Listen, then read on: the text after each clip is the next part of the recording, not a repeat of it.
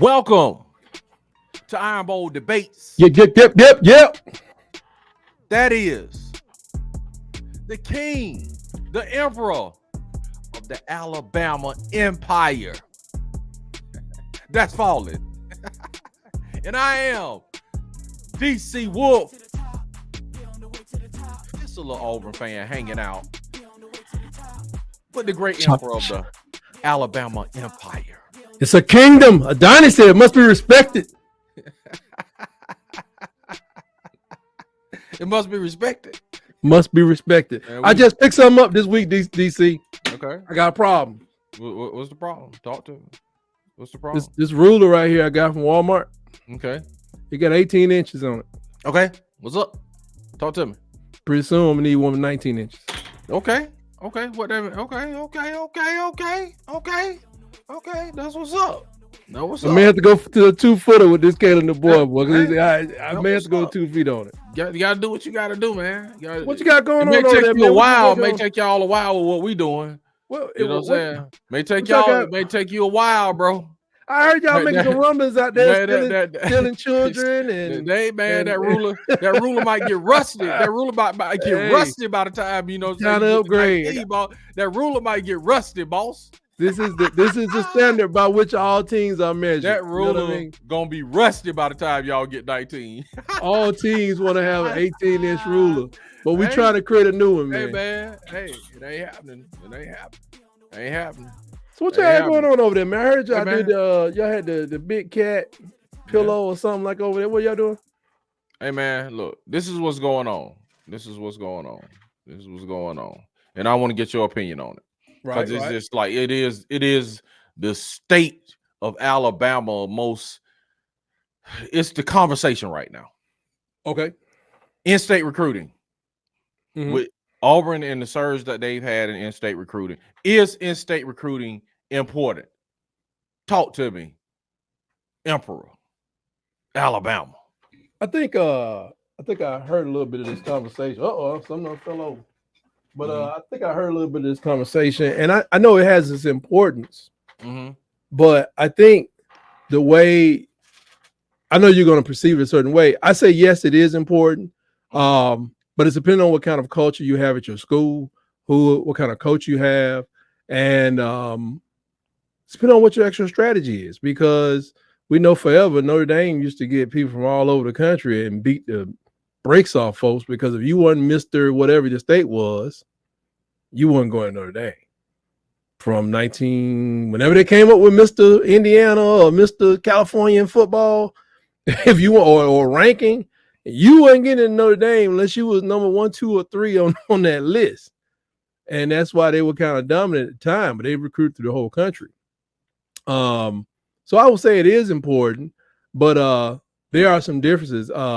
I think Alabama, for one thing, it has a lot of great high school football, but not all great high school football is played in Alabama. Would you agree to that? I agree. Yeah. And so with that, man, like I said, it's important, but I really never expected that somebody that was at Washington in January to have their hooks into the best players in Alabama. And there's a reason for that. And I'll get to that. I want to hear what you got to say, but I got something I'll add to that. Okay. I mean, I think it's very important. I don't think it's the end all be all. I said this before on the Sunday show. Have you heard? I don't think it's the end all be all, and I don't think it's what Alabama fans are trying to. I think it's a coping mechanism by saying it doesn't matter. We're recruiting all over the United States, so it really doesn't matter. You know what I'm saying? It does matter, man, to me, but it's not the end all be all. Nick Saban came in now, and we're gonna get to like the bullet points you just said. But Nick Saban came in, man, and he recruited in-state right away, coming from the Big Ten. So why can't Kalen DeBoer do it? Well, coming in from the NFL? No. Well, he came from the NFL, but his stint in the NFL was very short. Where was he in the NFL at? He was at Miami Dolphins, but what I'm saying is but he wasn't successful in the NFL like he was at LSU. So you can't take that resume and say, hey, man, I came from the NFL, so now I'm going to recruit these Alabama players. The resume has, in my opinion, and you may think differently, but my opinion is I don't think Nick Saban's NFL resume was strong enough to come in and tout it. You know what I'm saying? As I think he was probably bringing that LSU national championship ring first. Yeah, he probably already had recruited some of them, maybe. Yeah, so I guess that maybe you know. And he had his hooks in there on his assistant coaches coming in. Well, at least his defensive coordinator, the offensive coordinator, Major Applewhite. He didn't know nobody. Only people he knew at high school was the lunch ladies. like, hey, ladies, y'all got some grandkids? Like, get out of here, Applewhite. Anyway, but I think the reason that Alabama has so many national players is like it's just like I said on my show Around the Herd on Monday.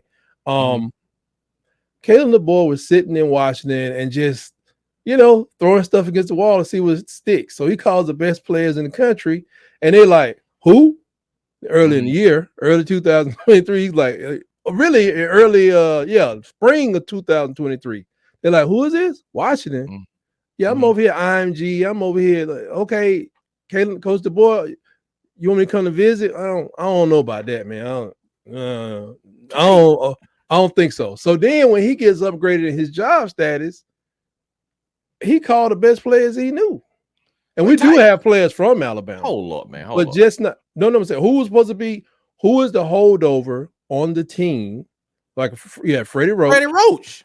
And he got most of his players. No, he don't. He's the defensive lineman, and y'all only have one. We have 20, but we have 12 on the team. We had, bro. You counted our linebackers. Okay, here we go. How many linebackers Here we go. I'm talking defensive line. Edge rush.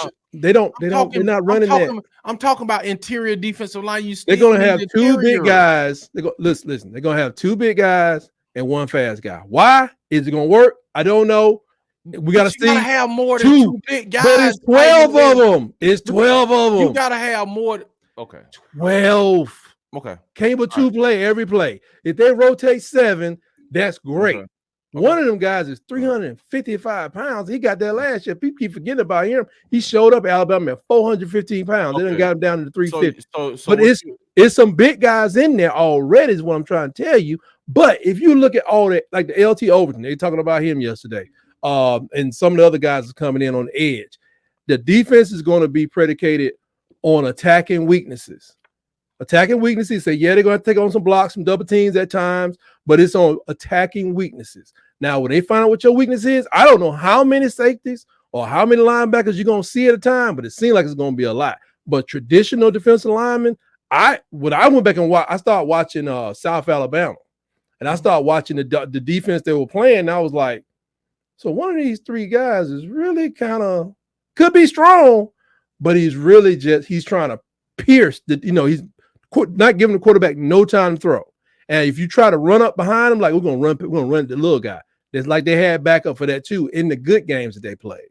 Now I'm just telling you what you may be expecting from a 4-2-5. It's just gonna be all over the place because they are predicated. And they're talking about the Wolf Room. Oh my goodness, they were talking about wolves and stuff. And how many people they're all excited of what the Wolves are learning, and they're ready to eat, man. It's gonna be interesting. What does that have to do with Alabama recruiting, though? Well, I'm saying you're saying like why they want more linemen on the team. Yeah, okay. But the recruiting is because I think that Alabama, Kalen DeBoer was focused on the biggest people in the country, and he just so happened to have an inroads with them when he left Washington. Now, if he gets over here in the regular season, wins 10 to 12 games, in-state recruiting, do you think it'll be a problem if they win 10 11 games in-state? It depends on how many Auburn win. That is, and then I'm gonna say it like this. If Auburn is successful, if Auburn is successful, that's not gonna help him. You see what I'm saying? Because he's allowing Hugh Freeze to get this momentum and get all of these, top 10 players. So my thing is, what if you still have a? What if Auburn and Alabama both win 10 games this year? Right. If they come down to the Iron Bowl. Right. But what I'm saying, even if Alabama wins the Iron Bowl, both teams are going to the playoffs probably if they both win 10 games. So we won the Iron Bowl. Right. Yeah, I get it. But that gets the attention of the person in state. What I'm saying is this type: if Auburn makes the playoffs. Right. If Auburn makes the playoff, but they both make the playoffs, man, you got Hugh Freeze already got his hooks in the 25 and 26 class. Well, you're saying that we're not talking to nobody in the state either. No, I'm saying what I'm saying is y'all, and I beg to differ that it's this thing y'all don't want them and they don't fit the culture. Who said they don't want you just said they don't fit the culture or no, I ain't say that. No, you put as a bullet point. You said it could be culture. No. Rewind and watch it. You said come on, on this show? Yeah, you said culture. You said no. I said culture. This man was in Washington. This man was in Washington. No, but I'm just saying why. And when he was talking to the best players in the country for the one phone call or a couple of text messages he get, and they probably ignored him. But next thing they know, they turn around this man coaching in Alabama. No, I'm saying we were talking in the beginning about in-state domination by Auburn, and you were saying there's several reasons why Alabama. It could be scheme too, right? Right. It could. What I'm saying, but you said culture, you said scheme, and you said maybe coaching. Maybe I know you said no. I said the culture. No, I'm saying the culture will teach the guys what they need to know about Alabama. So what you saying is these guys in Alabama don't fit the Alabama culture? No, the guys that not at Alabama don't fit the Alabama That's culture. What I'm saying. No, I'm saying the guys that are in state that Auburn is getting now. Right. My question is, why are they not going to Alabama? Is it scheme, culture? What is your reason? It could be scheme. It could be culture. It could be money. It could be money. Could Hugh Freeze just be a better recruiter than Kalen DeBoer? Maybe that's possible too. Because the thing is, remember what I said about this is what I said about Saban. Okay. This is what I said about Saban. Okay. When Saban used to go out and get players, especially when he was starting out, and he couldn't get when it didn't take long, but for 7 or really 6, for 7, 8, 9, 7, 8, 9, 7 and 8, everybody wasn't jumping off the side of the bridge to go play. So he got 3 stars and he developed them. He developed a Cody. Cody was a 3-star coming out. Okay, Mark Ingram was a 4-star. But see, there's one thing about Saban and all great coaches, including Belichick at the time, everything else aside, they know what they want to get to do what they got to do. There are people in this world, right now that actually recruit better than probably Hugh Freeze and Kalen DeBoer for their level.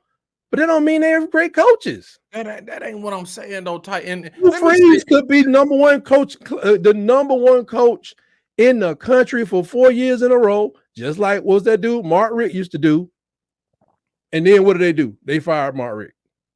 I get it, but and let me say this while we're here. And people talk about Saban had 3 stars and all this in development, and they always 07? No, I'm just saying they always throw Cody up, which is fine, bro. Cody was highly recruited because Auburn wanted Cody too. It wasn't like Cody was this person nobody knew about, and Nick Saban just got him and molded him, developed him. Who won that championship in 2005 and 2006? Let me finish. They were not on his. Cody was not on their list. Okay, that's my point. I ain't saying my point is you bring it up as if that was the only players Nick Saban had, bro. Mark Ingram. Yeah, but it was other players other than Mark Ingram. It was some 4 and 5 stars on that team too. You see what I'm saying? It wasn't recruited by Shula, right? But I'm just saying you making it like the cupboard wasn't bare. Yeah, thank you. Okay, that's what I'm saying. Some people, but obviously, but the coaching had to be there though. But the coaching had to be there. That's my point. But I'm just saying, like, let's go out and run 5 wide, and we ain't got nobody on the team that run a 4-7. I get it, but what I'm saying, that's all I'm saying is we're gonna hit it up the hole, and all our offensive linemen weigh 260 pounds. All of them. I was just making the point that you kind of said Cody and 3-star like Nick Saban. All he had was Cody and a bunch of 3 stars. Mark Ingram was a 3-star, and it was just some 3 stars. Man, he had some blue chippers on that team too. It wasn't just no 3 stars. That's all I'm saying. I was just making the point that that's I don't know how many 5 stars or 4 stars were there, but I mean the majority of receivers on that team. Who's the receiver? Bro, I gotta go into the archives and pull up. Was that Julio Jones, them, or who was that? He was the first recruit that came in 08. Okay, was Julio Jones on that team? The first big splash. Was Julio Jones on that team too? And look who throwing the ball to him. I'm trying to find out. I don't know when he came to school. I think he came there in 07. I think that was the first year. Know. 07. Let me see. I'm going to the team rankings. But I'm saying you got to think, bro. When Cody was on that team, bro, Alabama was good, man. Cody added was on that team. The team that lost. Yeah, that's what you're saying. Not as a good team. Which team? His first team? His very first year, yeah. Cody was on the first team? I don't know. I think Julio Jones was on the first team. That's why I'm trying to ask you. I'm not an Alabama fan, so I don't know. You know what I'm saying? So you got Alabama tattoo. You know what I'm saying? I'm not an Alabama fan, so I don't know. I didn't know Cody was on Nick Saban's first team. I didn't think he was. And like I said, then we don't know I didn't think he was. You never know what kind of payments may have been happening at that time, you know. Well, we know payments were happening. You know what I'm saying? But we don't know if they were happening before then. You know what I'm saying? That 07 class had 3 4-stars in it. Okay. That was Nick Saban's first year? Yeah, 07. Yeah, I think, yeah. Okay, what was the 08 class? When did Cody come? Because again, you keep saying Cody, but like because Cody made the biggest play, but I tell you who, Cody's made some of the biggest plays during that time period. That why are you yelling for? What you getting on? Give me the team in class when Cody came, because you po-mouthed like when Cody was there were no one else but Cody. My God, Kareem Jackson, what the world, man? Kareem Jackson wasn't even rated. Boy, yeah, walk on or something. ABA, man. ABA, Alabama being Alabama, man. You will not answer my question. I gotta pull it up. I mean, you don't. That's what I'm saying. Cody was not in that first class. What I'm saying is when Cody got there, that team had talent also. It wasn't like Cody was the only player.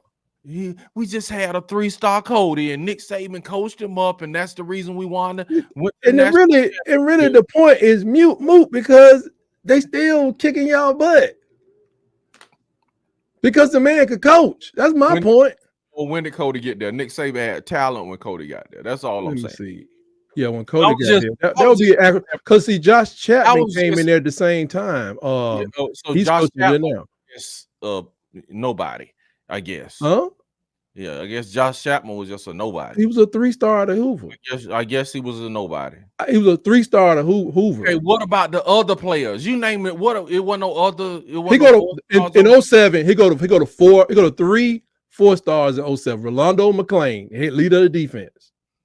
Brandon Gibson was a wide receiver. I don't even know if he stayed at Alabama. But you named Rolando McClain. Alex Watkins. Everybody else in that recruiting class, the other 20 players were 3-stars.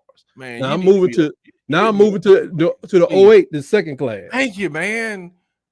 Because we ain't even talking about those 7 classes. I'm asking when did Cody, who was that was the first class. That's the class that won 2 national championships. What are you talking about? Look, what I'm saying. What are you talking about? Or won the first national championship. They won the first national championship. Man. Well, go ahead, man. They won the first national championship, and then the next class had many more 4-stars on it because they saw the division. Don't want to name them though. Julio Jones. Okay, Julio Jones. Well, hold up. So you had DJ Scotts. So hold up. You had many. What it is. Tyler, what it is. You had the first class. Then you had many 4-stars. Cody ain't even there yet. So that's my point, is that when Cody got there, it was good players on the team, but you making it like Cody was the only guy Nick Saban had on that. You know why it's like that? Because Mike Shula couldn't coach. Oh my God. Okay. You know what I'm saying? The team that Nick Saban took in 2 years, them players that he left him there in 06. So why he couldn't take or either Dubose couldn't recruit, because by the time Mike Shula took over, it was like they was losing games in the fourth quarter. They was in them. I agree. He couldn't get over it. If Mike Shula would have competed for the SEC championship, he wouldn't have lost his job. But that thing was over halfway through the season, and people knew they had some talent. Now Nick Saban came there with this beast work ethic of taking it to this higher standards, higher level, and that's why he started to get people, because he outworked fools. But then he outworked you cannot nobody out there gonna tell you in 07 through 2023 nobody was working harder than this guy. Yeah, but the sanctions was off too. And like I say, man, y'all be dunking on Mike Schuler, but that man was coaching with it 2 arms tight. He was name me his second job. Where's the second head coach job? I'm talking the about man ain't been a head coach job. The man you talking about Buffer, this man ain't been a head coach since. We're not talking about other jobs. We're not talking about other jobs. We're talking about Alabama. There was a better candidate we're talking about Alabama. Available. He got paid for his time. And I agree with you. Salute. How can you sit up here and say, well, y'all should have kept Mike Schuler? Y'all should have given him another chance. I didn't say you gotta be because you keep looking for Mike Schuler. You keep saying like, well, we should have kept Mike Schuler because Mike Schuler should have been given a fair chance. This is not the first grade. This isn't first grade. This is big boy time. I just said y'all. What are you talking about? That we dunking on people? What? Y'all on the man like he's some trash, but he is garbage, man. He ain't had a coaching. He ain't been a head coaching. He ain't got no other head coaching job. Get out to Alabama. I'm just saying, man, the man deserves some type of grace. He was under went to rehab. Got involved in scandals. Kiffin. People hire people at La Tech and Florida Atlantic and Southern Mississippi. Ain't none of them schools in 20 years called Mike Schuler. That's not the point. It's like what I'm saying though. You got to think. He should have stayed at Alabama. No, I didn't say. I never said that. You making a narrative that is not true. I never said he should have stayed at Alabama. I just say he should have gotten some grace extended to him because he took y'all through sanctions, man. The same way with your boy Lane Kiffin took USC through sanctions, man, and it's just kind of like he's some trash scrub. Bro, he took you through sanctions, man. I'm just saying. I don't care about no sanctions, boy. We trying to win championships. No, you don't, bro. Here we go. This is the problem with Mike Schuler. So this is revisionist history. Not only was he not winning, the team was not prepared to play in the fourth quarter. And that's what you're missing. No, they were in the fourth quarter. Okay, we got it going. But if he had done that, he would not have lost his job. Because the games he lost, I'm going to finish all of it. The games they lost, they were against the larger programs and teams, right? And it's like we wasn't going to be able to beat anybody in the fourth quarter. And that includes Auburn, LSU, Tennessee, and maybe throw somebody else in there. That was his problem. His problem was not like somebody hating on him. His problem was from one year to the next, it was like it looked the same. And we knew we had better players than what he put on the field. You missing my point, bro. I'm agreeing with you in saying that y'all had a fourth quarter issue because Nick Saban had to come in and institute the fourth quarter program. And I can't even believe I'm having this program. No, let's not go to this thing yet. Let's not skip over that yet. Let's go back to Brian Harsin real quick. Hold up. Y'all fired Brian Harsin because of issues that didn't have anything to do with the field, right? The recruiting, right? The recruiter was messed up, right? How is that okay? But this ain't okay. Brian Harsin. Let me finish on my man. Okay. What I'm saying is, I'm not saying y'all should have kept him. I'm not saying I'm agreeing y'all had a fourth quarter problem. All I'm saying is, man, y'all need to be thankful for that dude taking y'all through sanctions. That's all I'm saying, man. Okay, thanks. Like, what you want to do? Wow. What you want to do? Like, bro, how you speak on that dude, man? It's hey, sad, man. Bro. Yeah, but and I have coaches that now Bill Curry. See, like Bill Curry got fired for 3 years, and he got fired for one reason only. He lost to Auburn 3 years in a row. I don't think Bill Curry. Do you hear me making excuses for Bill Curry? No, but I'm saying I'm talking about. I'm gonna make some excuses. I don't even care. But I want to understand this Brian Harsin and paying off all this cheddar y'all paying that dude. Y'all get that man 15 minutes to coach it. He wasn't recruiting, bro. He wasn't recruiting. Y'all had players. He wasn't recruiting, and we wasn't on sanctions. That's all I'm saying. Y'all had fourth quarter issues too because y'all were under sanctions, bro. That man couldn't establish depth because he was limited on the number of players on the roster too. So how you saying it is just like this dude just was trash and had a fourth quarter issue, but you not putting in that the team was under sanctions. That's all I'm saying, but we can go forward, man. The team was under sanctions, but he still sucked. You coming from a place that got the Junction Boy coach, the guy from Texas A&M, you may have heard of him, Bear Bryant. They are there practicing in rocks and thorns. And nobody care about no doggone sanctions in Alabama. It's a different built team. Maybe that's the problem. You don't understand it. You don't understand their culture, tradition of that school, because it's a different culture than what you used to. Y'all used to hire somebody, and then a year and a half later, y'all, potato famine. Like, what was he supposed to do? Come to Auburn and just like take over under Nick Saban? Are you crazy? Hugh Freeze came in and took players from Nick Saban. I said take over. No, over. If Nick Saban win the game, win the game, win the game, win the game. Bro, win the game. You can win the recruiting. You can win the basketball competition. Win the Iron Bowl. Win the Iron Bowl. Y'all was a muff punt and a 4th and 31 for losing to Hugh Freeze in his first year. What are you talking about? Just win, baby. Hugh Freeze was going toe to toe with Nick Saban his first year. Just win, baby. Roster. Just win, baby. What are you talking about, dude?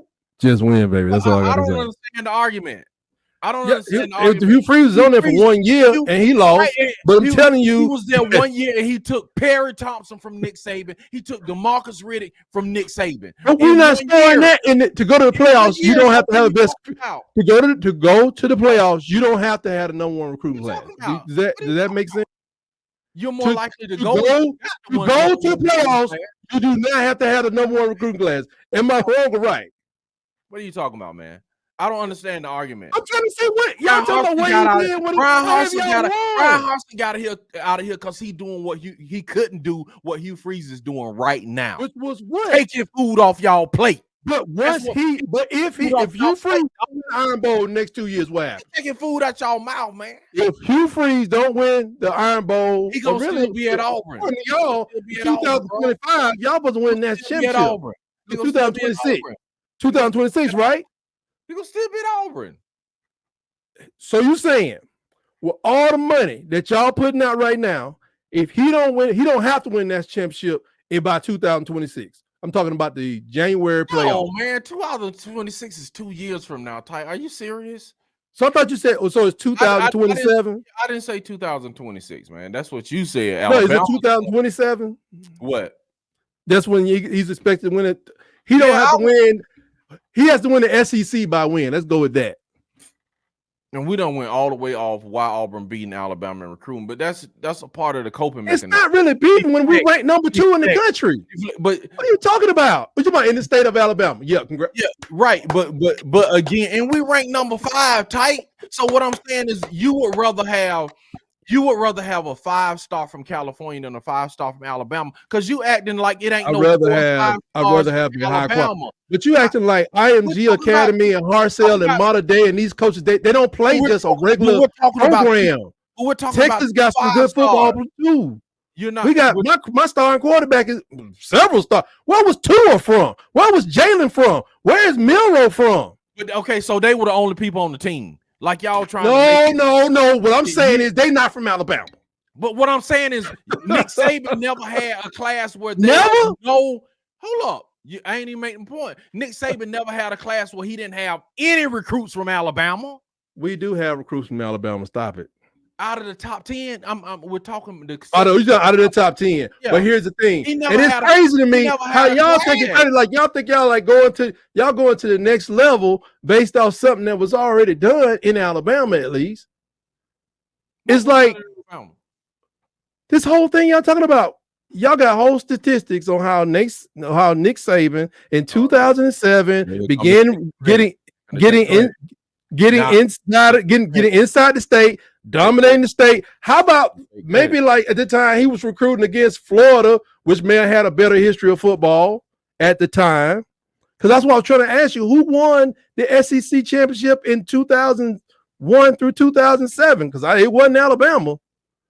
It probably was Florida, and you had Tennessee in there. Okay, was not Florida recruiting Florida though? That's what I'm saying. But now we started recruiting Florida and getting players out of there as well, because it was a big thing between we had this guy, he was a linebacker that came out of Florida. It was a big battle over him, and everybody was surprised when he came to Alabama, because it was like it's Alabama was drawing people in. So but all I'm saying, everything you're saying this season will rectify all of it. Either Kalen DeBoer won't be worthy of the top 10 players, or he can go down there and stump a monkey hole in Auburn, and he dominate the recruiting again in state for the next several years. But don't be surprised because Travis Carroll, I think his name is Travis, Michael Carroll. He is trying to get people from IMG to come straight to Alabama with him. He's trying to get more and more players. And the reason I bring up IMG is because IMG travels across the country to beat up on superior schools. And they don't win every game, but that says something. Okay, let me ask you this. And I'm going to ask you just based on what you just said. So what you're saying is what's going on right now is maybe temporal, which I agree. And let me say this before I go in there. It may be temporal because it's like you could have 5 of the people on Auburn's commitment list flip over to Alabama because Georgia or Tennessee. Yeah, right. Recruiting is fluid. So don't even get it twisted. You know, of course we celebrate recruiting battles, but tomorrow it can change and all 10 of them, all 8 of them guys could flip to Alabama. You see what I'm saying? Because Alabama's not going to just sit and be idle and let Alabama, Okay, so getting that out the way. You said that it's temporal, right? And then you said if Kalen could be. Right. But you said if Kalen DeBoer has if Alabama goes undefeated and Alabama wins the national championship, stomp Auburn in the Iron Bowl, then what you're saying is Kalen DeBoer then can go into Alabama and get who he wants. Is that what you're saying? I think first of all, I think all these coaches get what they think they need. No, I'm just saying it just according to what you say. Alabama could go to a point where say we got 5 or 6 players from Alabama, say it goes up to 10, but it still could be heavily skewed to having players come in from outside of the state. But maybe the quality of the in-state gets higher. Okay, so I think y'all have been talking to these players longer than us. Antonio Coleman. Y'all been talking Hugh Freeze to Kalen DeBoer. Y'all been talking longer than anybody else. Right, but my point I'm asking you is you're saying that if Kalen DeBoer then has a good season, then he will be able to go in the state of Alabama and, like you say, stomp a monkey hole us and get the recruits he wants. That's what you just said? Am I correct? Yeah, that's a possibility, but it could be it's something else at play. Yeah, it's play. It could go the other way just as well. So what if Alabama go to the Iron Bowl and get beat by 42. That ain't what I'm talking about. I'm just saying if Alabama wins and go to the national championship, then they would. Then the thing could reverse. Or we end up just going further in the playoff than Auburn with the victory, because you could lose to Alabama and still be 11-1, or vice versa. We could lose y'all, still be 11-1 in the playoffs. So it's a lot of ways to go. There's another ploy I think y'all missing too, because I'm starting to notice this thing in recruiting all over. Right. What if somebody just sit there and play you like the Juice Crew? And this is what I mean. This is the hustle. I know people putting out money and it's unlimited for people, but what if we just let these kids play another senior year and be like, you know what? I do need that player. Go down there and offer this dude some more money for a final agreement. That's why I think like going real early. I mean, and I'm sensitive. I had 2 recruits I did videos on, and when they flipped, I was like, unlike any other time in my life, I was miffed because I'm like, man, I wasted my time putting this video together for this cat.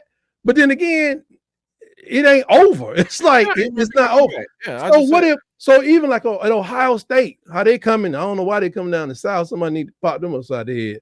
But if Ohio State has actual more money and they want to be strategic with it, because like you were talking about the Alabama defensive lineman, it's like, okay, well, I am noticing that there's like 2 linemen, and there's, like I said, it's really 2, it's really 4, but it's some offensive linemen that can play defensive line, but they still have positions still available. They still have a position still available. And let me kill this real quick. But what if they come back and they just get real strategic? Let's go down to Auburn. Let's go down to Florida State.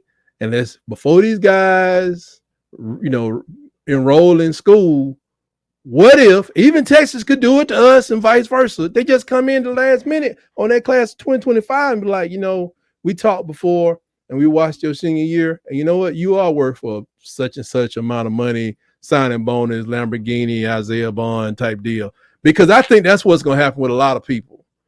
And I don't think the fan base really understands how much money is operating right now. because I think that's exactly why you hold off on about 5 or 6 positions and just sit there and wait until this season is over. Not that you're not contacting and calling, but waiting to put in your last offer.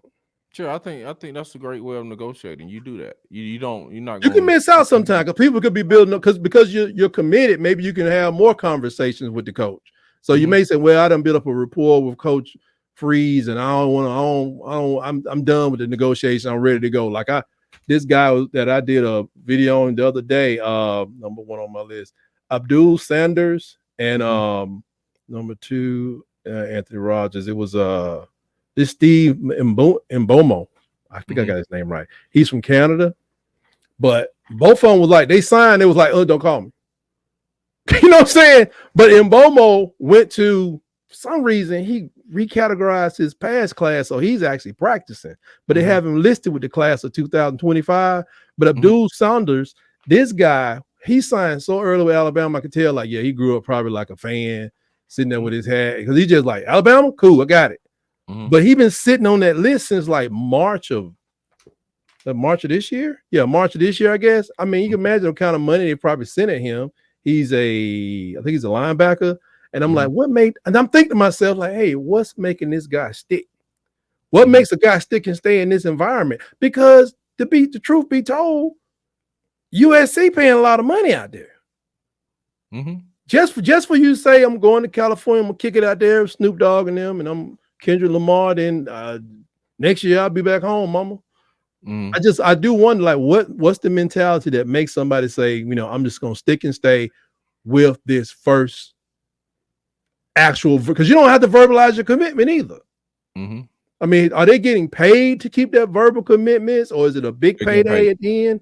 So again, some, from what I understand, they're getting paid to be on the commitment list. So, like, how much would you heard like around? Somebody said 5,000. Somebody, I think it said like $5,000 maybe a month. I think 5,000 months to stay on. That's what, and don't quote me on that. Take that with a grain of salt. That's what I think. Somebody. And so that means that somebody could come in, a Notre Dame, what have you, who you talking about Portsmouth? I heard they crying Portsmouth, like they know where to get the money from.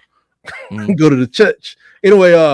That people could come in the end and just start paying you more money, like they talking about. I always thought that boy at Tennessee was gonna go back home. Why, if you getting $2 million a year? Because I think somebody who's gonna give you $2 million a year? That's UCLA. And you unproven. Why would you give somebody $1.5 million and you're unproven? Yeah, I know that, but I'm saying they allegedly getting this dude $2 million. And he, you know what it is, and he got a brother too. Yeah, he got a brother. And then if you notice, Tennessee is just signed. I mean, they just got a commitment from another 5-star. But Ty, you ain't answered my question though. What question? You went on this, thing about, I was asking. Yeah, my question was about Kalen DeBoer winning 12 games, going to the national championship. Would he be able to recruit question. Go ahead. Right? Yeah. Would he be able to recruit Alabama?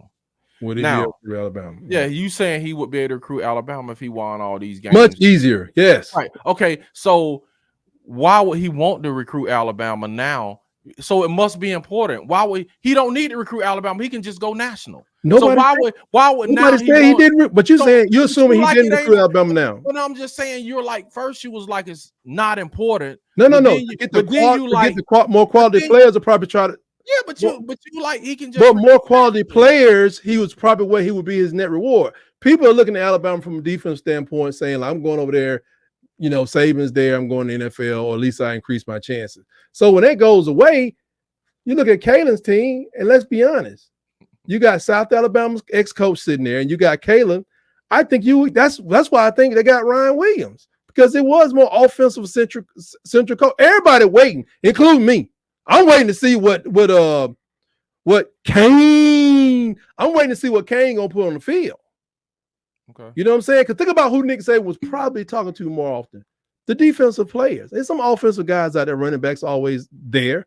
Derrick Henry ain't from Alabama either. That just hit me. But there's probably some offensive players that he talked to, but he probably was talking about the top. Nick Saban was probably talking to the top defensive people for the most part, especially in their junior and their sophomore year.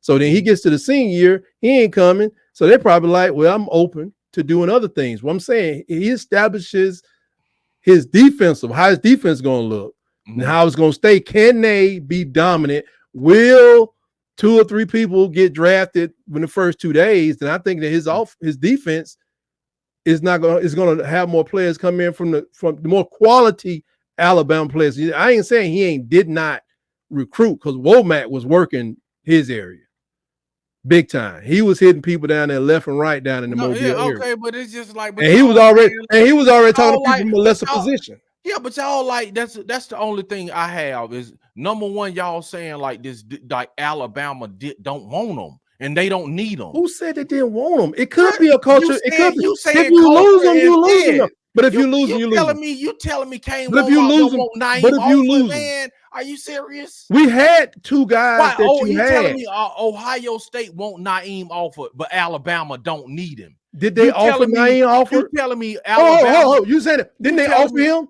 Didn't they offer Naeem? What I'm saying. So what you're saying don't make sense because they offered him. What you saying don't make sense. They offered him, no. But when y'all don't get him, y'all be like, we don't need him. We didn't need him. We got a 5-star. I think we did get some replacements now. I'm mean, when we're gonna show you we got replacements. No, but I'm saying when Antonio Coleman flipped to Auburn, now all of a sudden is we didn't need him. We'll just get we get another 4-star. I'm looking on the board. We did get ain't no dishonesty going on, brother. We got players. It ain't dishonesty. Y'all just coping with life. Life. Y'all just coping, bro. Instead of admitting, saying, yeah, this is a player we wanted, and Auburn beat us. First of all, we have a better recruiting class than one team. Y'all, bro. We have a better recruiting class than one team. It's just like y'all. Ohio State has a better recruiting class than Alabama. That's it. That's according to the people that you love. Y'all won't admit. Okay, so like y'all have an issue. But let's take it like this.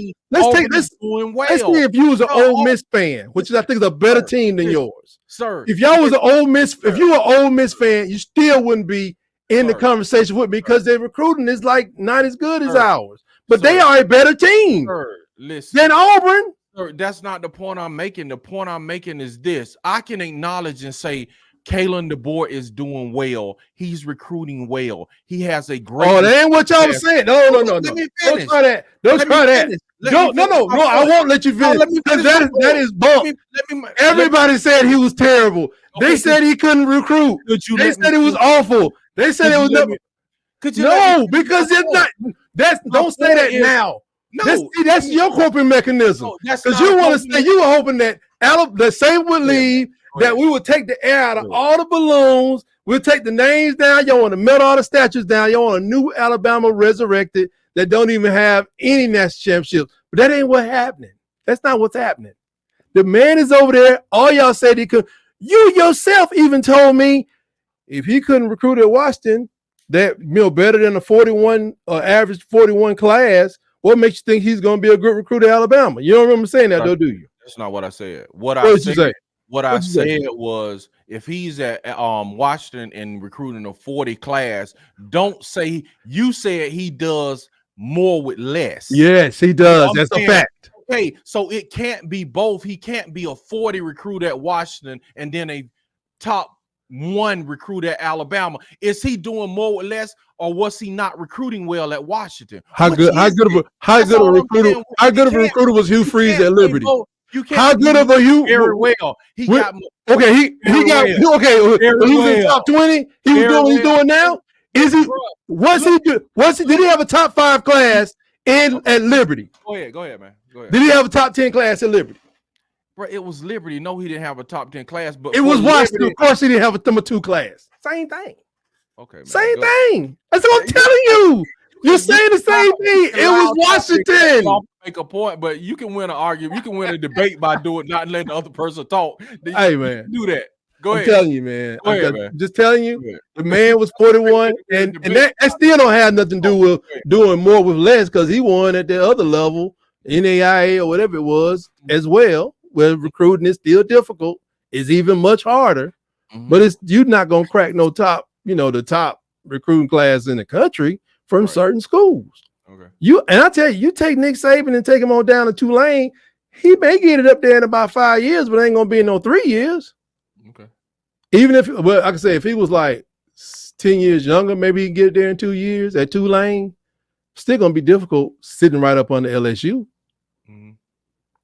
So that's all I'm saying, man. It's like when all this stuff. That's why I can't wait. We got less than like 28 days to the season kickoff because I'm tired of y'all thinking that y'all about to see a big fall off from this program. That ain't what you about to see. The worst case scenario for this program is 9 games. That's the worst case scenario. 9 losses to who? Oh, it Tennessee, LSU, Auburn, maybe. That's the worst case scenario. That ain't my scenario. That ain't what I'm seeing. Then talking about doing a regular season too. I ain't talking about like, going to the Chick-fil-A Bowl. But that's the worst case scenario right now. It's about 9 games. And I really expect it to be about 11. Because I think y'all about to see something. But I don't know what to say about the defense. I know they got players. I know they got scheme. I know people are coming in. The transfer is looking good. The ones from Wake Forest, the one from Charlotte, the ones from Michigan, the DBs, they back there working hard. Malachi putting in extra film work. Everybody putting in work, trying to get up to that next level, live with the standard. Lankin, you see the documentary? It was a great piece of cinema. I didn't see the documentary type. Huh? I didn't see the documentary. You seen the documentary, boy. You watched that. You probably watched it while you was cut up with a little. You had your blanket and your thumb sucking on it. Yeah, man. I didn't see the documentary. All right. But anyway, I'm just telling you, man. It could all change in a matter of. I just say, I'm glad y'all got a victory out of whatever that is. Y'all got the best recruits in the state of Alabama. Congratulations. That was I guess, Iron Bowl monologue. That's all I can give. I mean, there are no trophy. There are no trophies handed out. So what if Alabama had the best recruiting class compared in the state of Texas? I don't know. Who do you think has the best college football? You think Alabama has the best high school football in the country? Georgia. So if Alabama came back and we had like, I don't know, 6 of 10 of the top recruits out of Georgia, which would not surprise me. So did we get a prize for that, or that would be? We get a cookie if y'all get 6 of the top 10 in Georgia, you deserve a cookie because you got some great players and you just dusted Kirby Smart off. So yeah, right. Get a cookie, absolutely, because that matters. It matters. I don't know. Did y'all look that up to make sure we didn't? It matters because 2025 we got about. It's about 6 people I can think of off the top of my head. Out of the top 10 in Georgia? I don't know. They just from Georgia. One of them, 2 of them are 5-star. You said top 10. All those are 5 stars, you think? Everybody at the top 10 is a 5-star? No, not necessarily. I'm just asking because I don't know. I don't know. You telling me something I don't know. I have no idea of. I don't follow Alabama recruiting that close. I'm saying just in general. Like if we get Eastman, Georgia. No, they got people from all over. Because like I said, that's the only reason I said these must be people he was calling at Washington while he was like, hey, you think about coming to Washington for a visit? And they was like, no, not really. I'm serious. This is not what I honestly think. He started calling these people. Listen to these cities, man. Kansas, California, several people in California. Well, California makes sense because he was in Washington. Yeah, when you talk about Georgia, getting Georgia players, he's in a Quebec proximity. Yeah, but he was in Quebec. Got Quebec, but we do have. If he was at pretty good players, he came to Georgia Tech, he'll get Georgia players because he's closer. But several people but the people is coming from Mater Dei, and it's another high school out there. They are some really highly touted talent that a lot of people wanted. Ohio State. I mean, everybody does it. They get people the best. I don't just like Ohio State don't have nobody even to compete with when it comes to recruiting their own state. And that was really one of the downfalls, as I told you, of Notre Dame. For years, they was getting people from out of state. When they became a normal program, that's their biggest problem. People in Indiana don't like messing with them. Is it South Bend? Yeah, Indiana. They don't like. They have coaches who are players who wanted to go to Notre Dame, and for years, their whole districts were shunned. because they were getting people. We got people from Tuskegee. Mr. Hooten, he sent his son to play football at Notre Dame. Why? Because he's one of the highest touted players in Alabama. And he was so proud to have that guy there. But the whole time when he was up there, he sent his daughter too. But the whole time he was up there was some kid in Indiana like, I can't believe this. They didn't have a shot. And then now it's kind of reversed. So they still they're regional now. It's gotten better. But like 20 years ago, like when Willingham was there, no, they had absolutely wonderful players. They chose, like, Drew Brees, for instance. These people went to Purdue. They went to anywhere but Michigan, but Notre Dame. Went to Michigan State. Everybody just had, the coaches held grudges against them.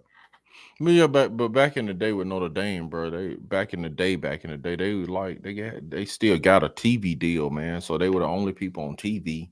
Mm-hmm. They got that bag though too. Yeah, so yeah, they do. That's why they can go in. And then I think what the reason, like, I know people think like, well, maybe these people from out of state, they don't understand the culture, what it takes to get through an Iron Bowl, or and that's the thing is, like at Notre Dame, they had tradition, and they had the films and the Rockneys and all this other stuff to teach people that tradition. So you get your trophy cases going, you get your videos flowing, you get your people in the Rabbit fans, the millions and millions of people on the internet who want to see you do well, the thousands of haters that are going to say, oh, we're going to beat your butt. And you begin to understand that culture. Now, you won't know it until you're in the game, no matter whether you're from Tuscaloosa, Auburn, or where you're from Tusculum, Mexico. Until you get in the game, you won't know it. But somebody on both teams better be preparing the people for the greatest college football rivalry that we know of. And that's when the coaching comes in, and the mind games and psychological, and getting the right speakers in. And I don't know, man. I think it's going to be it's always an interesting game. I just expect to win it for the next couple seasons. That's what's up. Bro, you had some on, you was telling me about with Kentucky. What's going on in Kentucky? Oh, yeah, your second favorite team, Kentucky. They were hit with sanctions. And then the article just started out saying that Kentucky had reached an agreement with the NCAA where they're going to be vacating wins, probation. They're going to go on probation. They don't know how long or what the probation is going to be. They're going to get a fine, no postseason ban. No postseason ban. Now, I thought all this mess was over. And what they're saying, that 11 athletes at the University of Kentucky receive impermissible benefits in college football. And they're not sure how many wins they got to give up, but they did say that the players' names would be redacted from Kentucky athletics history. Jesus, man. Now, I'm saying, like, if anybody know, I was unable to find it, but what did they do? Did they get a Lambo? Couldn't have been a Lambo. Isaiah Bond got a Lambo. And this is supposed to happen like the year was, it's in within the last 3 years. So I'm like, I mean, yeah, I don't well, I don't know. Maybe if it happened 3 years ago, then that was before they could have. They gotta be, but you gotta be kidding. Sanctioning folks like that. Yeah, you can get impermissible benefits if it happened 3 years ago.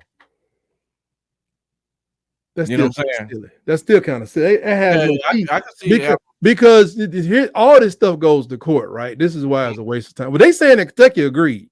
So I'm just saying whatever happened, I think it was something that was this is a rated G show. I think it was something that was taboo, to be honest. That somebody done got something we haven't seen yet. Now we know we have seen track hawks and Stingers and Lamborghini trucks and Ferrari, I don't know. Porsche, yes, the scene all we done seen money and watches out in Colorado. I mean, there's nothing that's not just an impermissible benefit. This must be a impermissible and illegal benefit. That's just my take on it. Like it, no matter when you got it, to have your name redacted that's Javon Curse. That's some crazy stuff to have your name redacted. You remember I've never heard Blank stuff? I've never heard of that, man. Yeah, I've never heard that. Okay, Tank Blank. No, I've never heard of getting your name redacted. Oh yeah. Chris Webber and the Chris Webber and them up there at Michigan.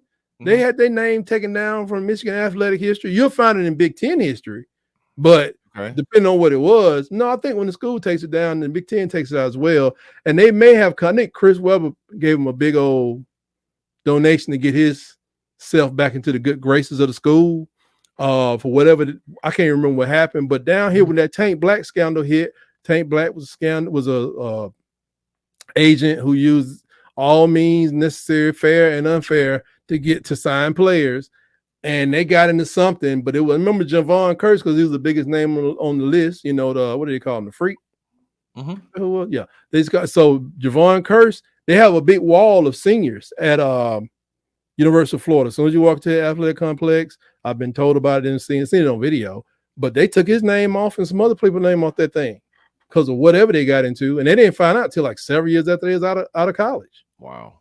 Yeah, I don't know what they did to you. I don't know what you do to get your name redacted. That's in this day and age, because like you said, it got to be more than just more in the house, more in the job, more than anything. Yeah, I don't know what you did.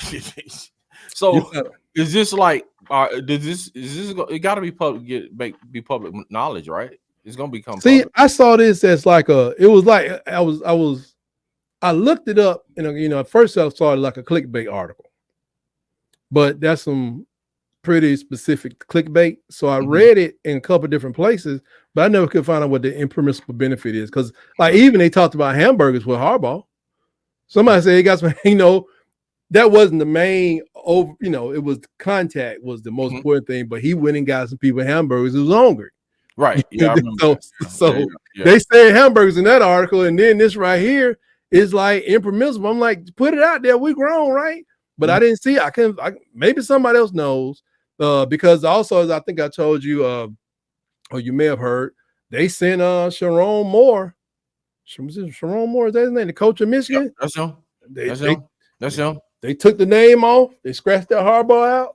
And they wrote his name in. And they saying that it may end up to him getting suspended for an inconsequential game. Moore gets suspended? They said because and it has to do with telephone calls, man. It's contact. Man, Harbaugh was all over the place, man. He was all out in the gray area. Oh, he must have been like recruiting, doing dead periods and stuff like it. Whatever that means. I mean, they're gonna ding him. They're gonna ding him. But the inquiry was sent today.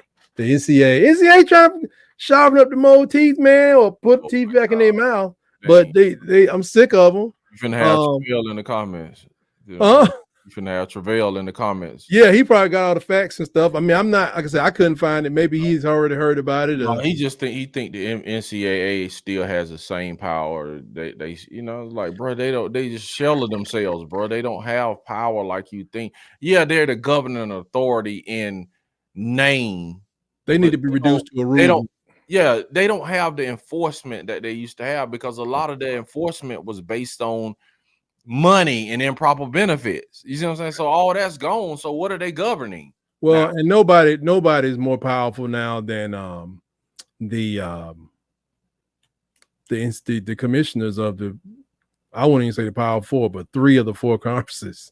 Ain't nobody more powerful than these guys. I mean, they just don't want it to happen. Right. And that's why Michigan's out there on the outside. I don't know how this is going. That's why I know something in Kentucky had to be untoward. It had to be kind of like taboo, but even the commissioner of the Big Ten was looking at Michigan after that whole filming thing.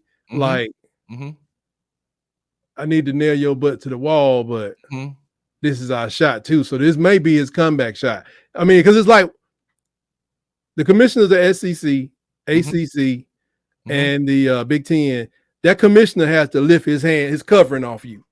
For them to tap you upside your head. Sure, absolutely. So if they get tapped with something bigger than one game or just a monetary fine, that's what it's all about with Michigan. Now this Kentucky thing, I think if it comes out, which I'm gonna go look for it because I just saw it today or yesterday. If it comes out, it's gonna be. I'll update, but I think it's gonna be something really. Trying to use the big word, crazy, untoward. I think that's how you say it. That's when you say like something done with reckless abandon and probably somebody needs to go to jail. That's what's up, man. That is what's up. But you was hitting me with something else earlier. Yeah, man. I was just and we can get to it in the next show, man. Y'all tune in next week when we come on. We're gonna talk about the show y'all the new graphics for the ABC SEC on ABC. Talk about the horns down and the new NFL kickoff rule, man. I want to. What horns down like this? Yeah, that. What is that? What are they doing?